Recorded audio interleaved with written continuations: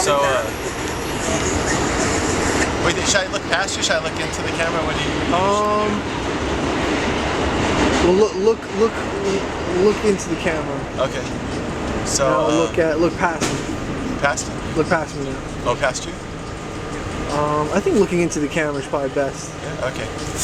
You could basically go between like my eyes and the camera. Oh, okay. Like this right here. Yeah, we can try that. You can try like going between, like whatever feels comfortable. Maybe going between my eyes and the camera. Okay. So let's see.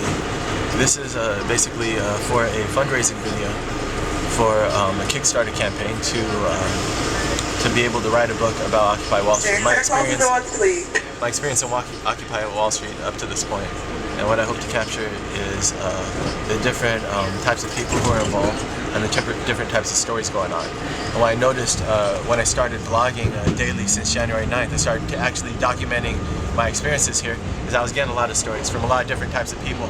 And they're really sincere, like human stories. It reminded me of works I read by Studs Terkel and other oral historians who they don't put that much commentary. They just try to let people reveal the stories themselves.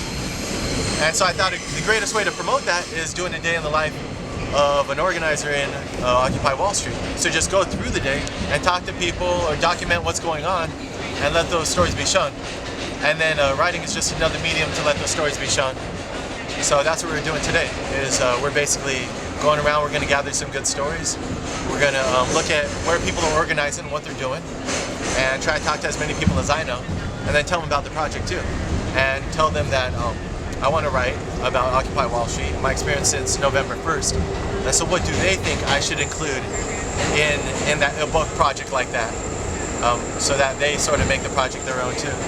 And at the end of tonight, we're going to actually go to the General Assembly over here in Occupy Wall Street and ask them what they think about this project, and if they would support maybe like a Twitter link or like a Facebook link, or even just like moral support.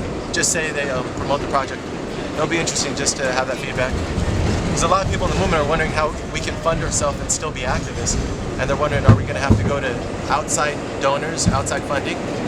And personally, I think the most idealistic thing you can do is try to make a living off of your art, to try to be an activist full time. Not everyone can do that, and some people are paid activists here, paid by other institutions. And that's okay, they're paid organizers. But personally, if I could make my living off of my writing, I think it's the best way I can keep in line with my ideals and keep doing what I'm doing, which is just talking with people and organizing, and then documenting that, and that'd be great. And that's what we're trying to do.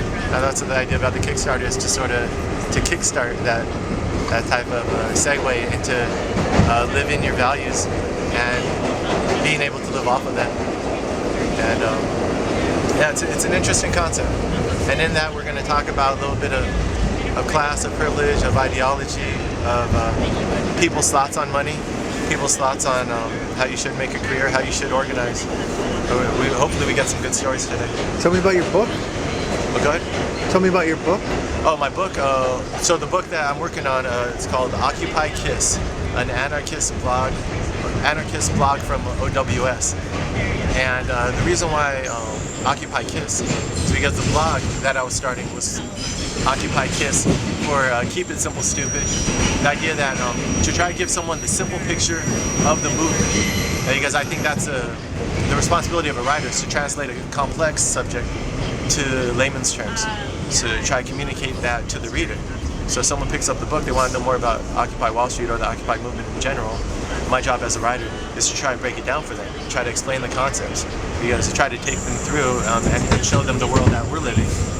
And so that reminds me, Occupy Kiss, just keep it simple. Don't preach to the choir, but talk to that person who wants to learn more, or that person maybe who's organizing in Oakland doesn't know what's going on in Wall Street. And so try to get the bigger picture, and ever since I came here, that's what I've been trying to do, is to try to get that bigger picture. So Occupy Kiss, and then Anarchist blog from OWS, because I think anarchism is at the fundamental, is at the core of what we're doing here. We're organizing around anarchist principles, our ideas about a leaderless movement, our ideas about General Assembly, spokes councils. Those are all anarchist traditions. And I realized that by being in this movement, I didn't identify myself as an anarchist until I came here, and I actually started having disagreements with Occupy Wall Street, and I realized my disagreements are sort of where they diverge from the anarchist principles that started this all. Some of the main organizers were openly anarchists, and when I started to realize that, and I started to read more about the anarchist tradition, I realized, oh, okay, this is a good place to hang your hat as far as trying to get a bigger picture. So that's the idea, that's the project, is a snapshot of where the movement's at right now. Hopefully within a month or two I'll have it out. And the idea That's what I think people need to hear that. Yeah, definitely. People need like a simple explanation of exactly what's going on. Yeah, something that you can sort of just answer the question, well, what are you guys doing? How did this start? Where are you at right now? And where do you think you're going? Maybe not demands, a lot of people ask for that, but at least identity or values. Well, what do you guys at least stand for? Or what are you even doing? I'm sure that's just what most people, I mean, for yourself on the outside, you know, like, what is it all about? Exactly. Yeah. I think it's definitely a worthwhile project, and someone should be doing it, so. But